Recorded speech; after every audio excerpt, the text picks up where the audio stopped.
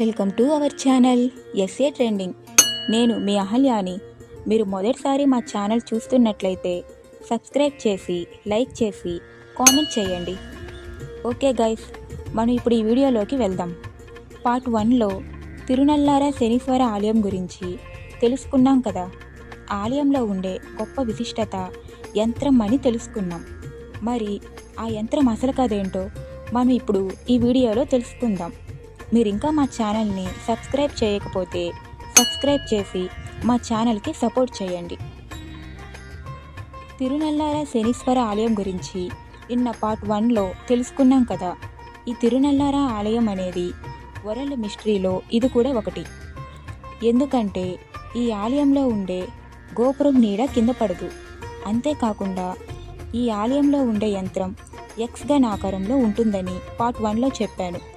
ఈ ఎక్స్గన్ ఆకారంలో ఉండే యంత్రంపై 30 నెలలకు ఒకసారి వచ్చే షెన్పేర్చే అనే సమయంలో ఈ యంత్రం పైన యూవి కిరణాలు పడతాయి. అంతేకాదు, ఈ ఆలయంలో ఉండే యంత్రం వల్ల శాటిలైట్స్ని శాసించే ఏకైక ఆలయం ఈ శనీశ్వర ఆలయం.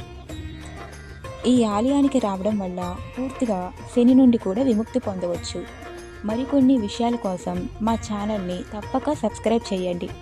అలాగే లైక్ చేసి పక్కనే ఉన్న బెల్ ఐకాన్ని క్లిక్ చేయండి.